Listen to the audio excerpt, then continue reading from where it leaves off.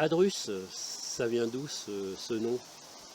Alors Adrus, ça vient d'un détourné d'un mot, dryade à la base, qu'on dit Drus en breton je crois.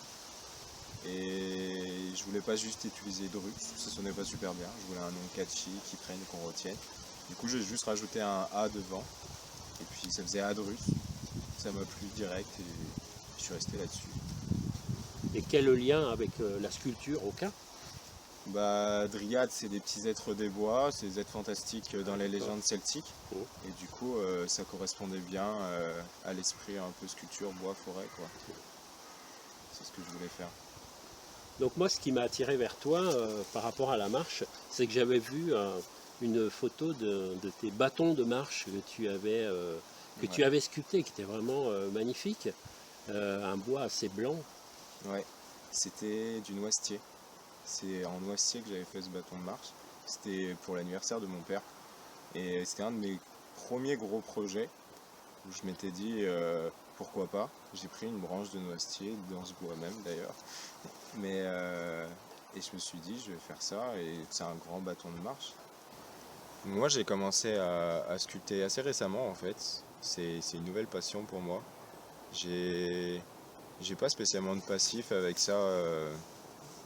J'ai personne dans mon entourage qui sculptait, personne m'a spécialement amené à faire ça. C'est juste que dans mes voyages, il me fallait une activité pour combler les trous des fois. Et donc j'étais parti lors de mon deuxième voyage à Prague. Je suis parti à Prague. J'ai juste emmené un couteau et je m'occupais comme ça. Je sculptais sur mon temps libre des petites choses puis que je trimballais avec moi. Et puis vu que pendant mes voyages je me faisais loger le soir, je rencontrais beaucoup de monde qui voyait ce que je faisais et, euh, et ça plaisait aux gens. Les gens étaient intéressés par les pendentifs que je faisais beaucoup de pendentifs à l'époque.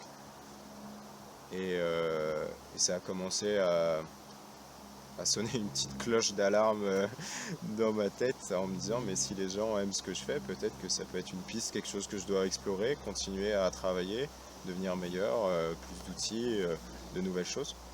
Et du coup sculpteur, pourquoi sculpteur j'ai- C'est un moyen d'expression, je peux créer, c'est matériel, c'est artistique, c'est manuel.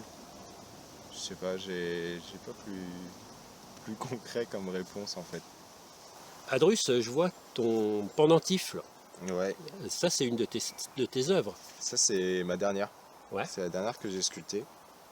Du coup, j'ai fait ça avec en majeure partie la Dremel comme outil et quelques couteaux à bois. C'est fait dans de l'ébène.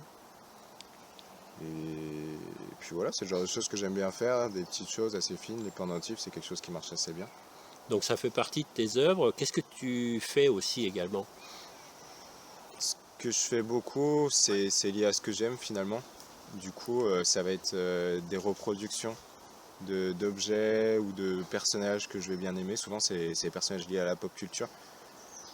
Euh, Pendentif, je fais aussi des piques à cheveux parce que j'ai les cheveux longs. Et du coup, naturellement, je fais ce que moi j'aurais envie de porter, ce que j'aimerais sculpter.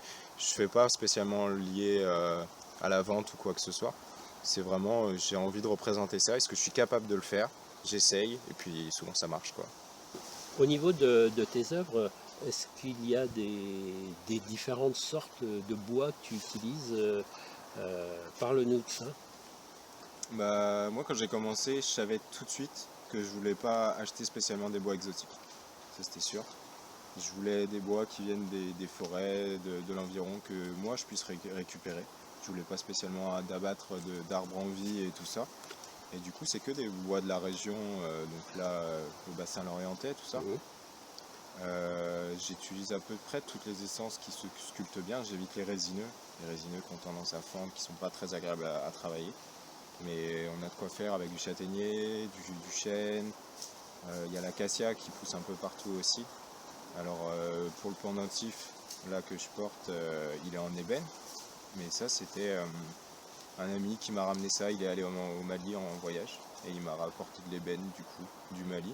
Donc c'est des occasions rares de sculpter des bois exotiques que moi je veux pas acheter ni ni récupérer ça à l'autre bout du monde, mais si c'est des amis qui étaient sur les lieux, qui ont acheté ça, ça me dérange pas.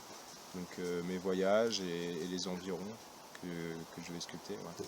Ouais, c'est plaisant, on voit que dans ta démarche, il y a un respect de l'environnement, de ton environnement proche, Ouais. parce que tu vas aller chercher des bois que tu trouves autour de toi et qui n'ont pas forcément du départ une noblesse comme on peut apporter à des bois comme l'ébène ou d'autres types de bois plus rares, on va dire. Ouais. Le bois, c'est un support à mes créations. C'est même si- Le but principal, c'est de représenter quelque chose. Donc un oiseau, un personnage, ou des formes géométriques toutes simples. Et moi, je vais utiliser les veines, les couleurs des différents bois qui vont mettre en valeur ce que je veux représenter. Donc l'essence, c'est pas une priorité. Adrus, tu nous as parlé des différentes créations. On a pu voir les images de tes créations. Et est-ce qu'il y a un endroit où on peut les trouver, les voir, se les procurer? Mm. Moi, je poste régulièrement sur les réseaux sociaux, Facebook, Instagram. Et après, tout récemment, j'ai ouvert une boutique Etsy, une boutique de vente en ligne où on peut se procurer tout ce que je fais, quoi. Johan, on te remercie pour... Ben, merci à toi. je t'en prie, ça a été un vrai plaisir. Ouais, c'était bien.